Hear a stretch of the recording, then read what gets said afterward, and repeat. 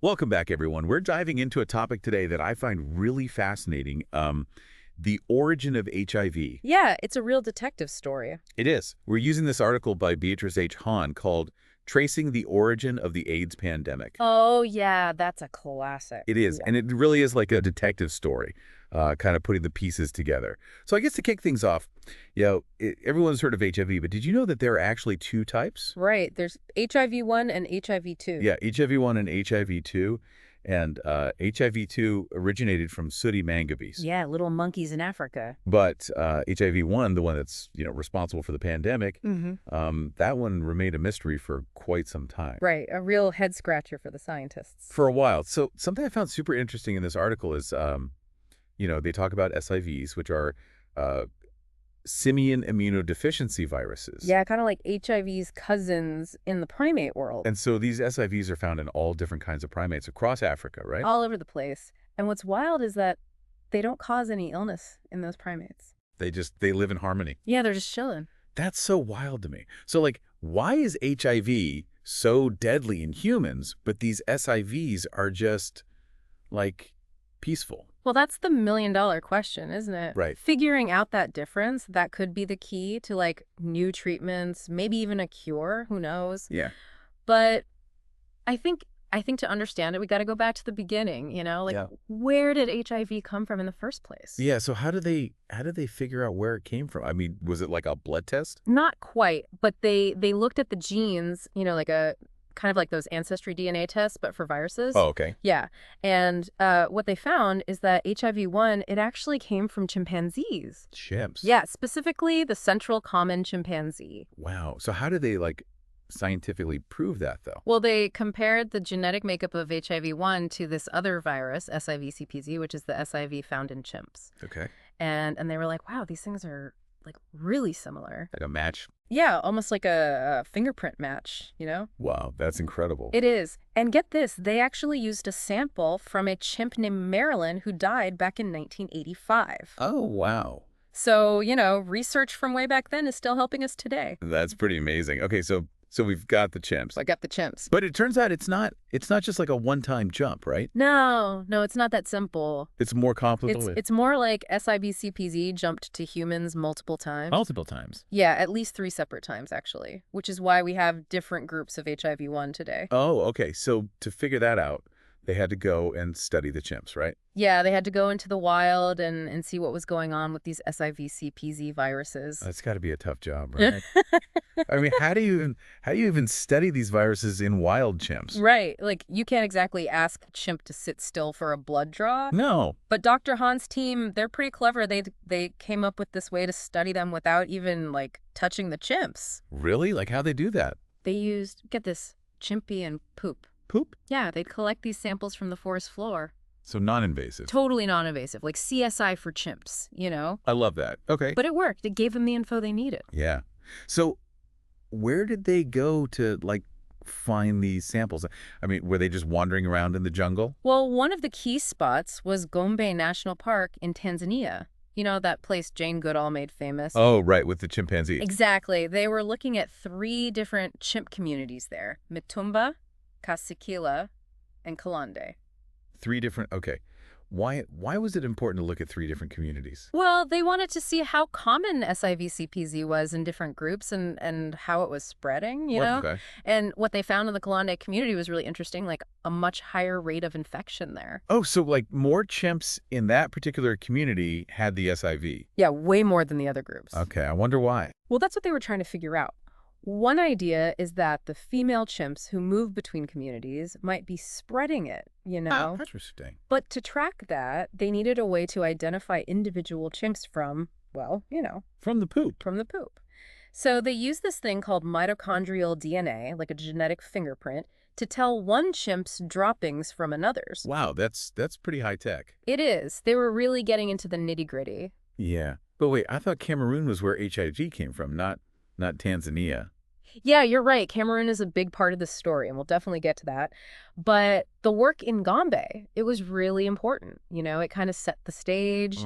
It helped them understand, how SIVcpz acts in these different groups of chimps. Like a baseline? Yeah, getting all the background info before you solve the case, So Gombe was the groundwork, and then Cameroon, that's where they really cracked the code. You got it. They did research in other places too, like the Kisangani forests in the Democratic Republic of Congo, for example. And there, they found some chimp communities that didn't have SIVcpz at all, which is kind of weird, right? That is weird.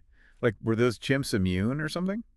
It's possible, but it's more likely that they were just never exposed to it, or maybe it was there once and just died out. Oh, okay. So it's not like a guaranteed thing that all chimps will have it. Nope, it's all about how the virus spreads, you know. But let's get back to Cameroon, because that's where things get really interesting. Okay, yeah. Why Cameroon? What made that place so important?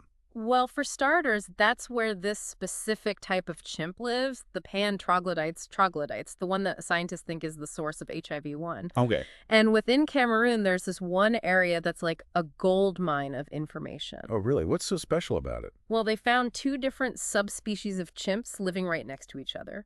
Pan-troglodytes, like we talked about, and Pan-troglodytes velorosus. Wait, 2 different types of chimps in the same spot? Yeah, like imagine living next door to your distant cousin, but you guys are like totally different. That's wild. Okay, and so what did they find when they studied these chimps? Well, they found SIVctc in some of the troglodytes chimps, but not in any of the velorosus chimps. Huh. So maybe those velorosus chimps are resistant to it somehow? Maybe, but it's probably just that infection is super rare in them, you know? So even within closely related chimps, it can be different. Exactly. It's all these little variations that make this whole thing so complicated. Yeah, I'm seeing that. But okay, so back to Cameroon. How did that research really pinpoint it as the origin? They looked at all these different strains of SIVcpz in Cameroon, and they found a ton of diversity, like way more than anywhere else. Okay, and diversity is a good thing, right? Like in a rainforest or something. Well, in this case, it means the virus has been there a long time, maybe hundreds of years, you know, just evolving and changing. Oh, so it's had time to, like, really spread out and become different. Yeah, and here's where it gets really cool. They found evidence of something called recombination happening with these strains. Recombination, that sounds intense. It's not as scary as it sounds. It's basically like different versions of the virus swapping parts and creating new combinations. Oh, so they're like mixing and matching their genes. Exactly. And these patterns, they pointed to like the ancestors of the HIV-1 groups M and N, the ones that caused the pandemic. So like the building blocks of the pandemic were in Cameroon. That's what it looks like. All those clues, the chimp subspecies, the genetic diversity, the recombination, it all points to Cameroon. Wow, that's pretty convincing. It's like finding the smoking gun, you know? Definitely. But even with all that, how did it actually jump from a chimp to a human? Like, what was the moment? That's the million-dollar question. We know it probably happened through blood, you know, maybe during bushmeat hunting or something. Right, yeah. But the exact details, that's still a mystery. Like, did a hunter get cut? Or did someone eat undercooked meat? Who knows? It might stay a mystery forever. That's kind of eerie, but also kind of fascinating. Yeah, there's so much we still don't know, even with all this research. Like, why is HIV so deadly in humans when SIVcpz isn't a big deal for chimps? Right, that's the other big question. Like, what changed? Well, the thinking is that as the virus spread in humans, it started adapting, getting better at surviving and replicating. So it's like it learned how to live in us. In a way, yeah. It's like evolution, but for viruses. The ones that could survive and spread the best, those are the ones that took over. So it's like a constant battle between the virus and our bodies. Exactly. And figuring out those adaptations, that could be huge for finding new treatments. So it's not just about the past, it's about the future too. Absolutely. Understanding where HIV came from, it can help us figure out how to fight it better. That's like knowing your enemy. Exactly. And this kind of research, it could even help us with other diseases, not just HIV. Oh, wow. So it's like a ripple effect. Yeah, it's all connected, you know? What we learn from one virus can teach us about others. That's pretty amazing. Yeah. So even though this whole story started with chimps in Africa, it could end up helping people all over the world. That's the power of science, right? It really is. It's crazy to think about, you know, this virus evolving over time, becoming something else entirely. It really shows how complex these things are and how much we still have to learn. Yeah, for sure. So even with all the research, what are some of the big mysteries that are still out there? Like, what are scientists still scratching their heads about? Well, you know, one of the big ones is the exact moment of transmission. Like, how did SIVcpz actually make that jump from a chimp to a human? Right, yeah. We know it was probably through blood, maybe during bushmeat hunting, but like, What were the specific circumstances? Yeah, was it a hunter who got cut or someone eating undercooked meat or Exactly. Those little details, they might be lost to history. it's like a missing piece of the puzzle? It is. And then there's the question of how SIVcpz, which is, pretty harmless in chimps, how it turned into HIV, this devastating virus in humans. Yeah, that's what gets me. Like, what flipped the switch? That's where the adaptations come in. The virus changing as it spreads. So those early versions of HIV, they weren't as powerful. Right. They were still figuring things out, learning how to survive in this new environment. And as they spread, they got better at it, they got stronger. Exactly. It's like survival of the fittest, but on a microscopic level. So the versions that could replicate and spread the best, those are the ones that won out. Right. And figuring out how they did that, how they adapted, that's crucial for developing new treatments. I'm starting to see how all this research is really important. Like, it's not just about the past, it's about the future, too. Oh, absolutely. Understanding where HIV came from, how it works, all that, it can help us fight it better. It's like, you got to know your enemy. Exactly. And not just HIV, this research could help us with other viruses too. Oh, really? Like, how so? Well, the more we learn about how viruses evolve, how they adapt, the better prepared we'll be to deal with new ones that pop up. So it's like, it's all connected. Like, what we learn about HIV can help us with other diseases. Exactly. It's all part of the big picture, That's pretty amazing. Yeah. So even though this story started with chimps in Africa, it could end up helping people all over the world. That's the hope, yeah. That's what keeps us going. Well, I definitely have a new appreciation for all the work that goes into this kind of research. It's a team effort, for sure.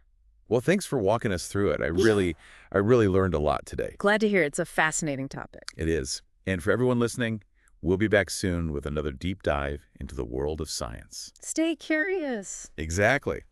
Until next time.